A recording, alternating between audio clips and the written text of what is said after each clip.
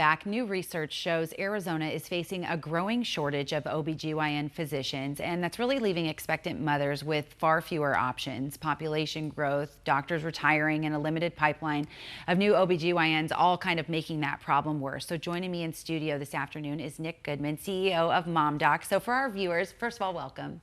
Welcome. Thank you. For our viewers, what is MomDoc in short? MomDoc is a women's healthcare group that started in 1976 with 17 locations throughout Arizona. That's so wonderful. And I know one of the most important is in the White Mountains over in Show Low. So we'll get to that in just a moment. But you guys are making a push to hire more OBGYNs because of this shortage with physicians. So how are you attempting to try to draw people into that type of career? Yeah, we're huge fans of recruiting from outside of Arizona. Sometimes competitors choose to only recruit within Arizona, and that doesn't make the problem better.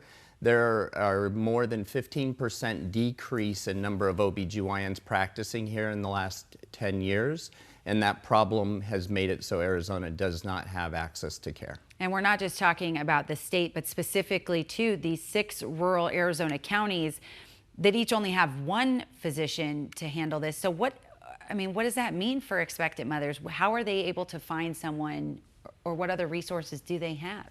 Yeah, just 3 years ago up in Show Low, there were 6 OBGYNs caring for the roughly 100 deliveries a month at the hospital in Show Low. Today there is 1. So what does it mean? It means that care is not available for women when they need it most, when they're pregnant, when they're in labor, when they need potentially a C-section, things of that nature. And so recently here on 12 News, we talked about the executive order that concerns the H-1B visas. So when we look to the future, if we see that continue to develop, how will that make matters worse when we talk about the 75% of current candidates who could possibly fill those roles? Yeah, currently today, 75% of our candidates need an H-1B visa for MomDoc. 23% of the physicians practicing in the United States are foreign-born nationals. So this is something that is needed to be able to bring in people from outside the country, from faraway places even like Canada. And to then to have a $100,000 tax on that, it's not something that can be handled by a low margin industry like healthcare.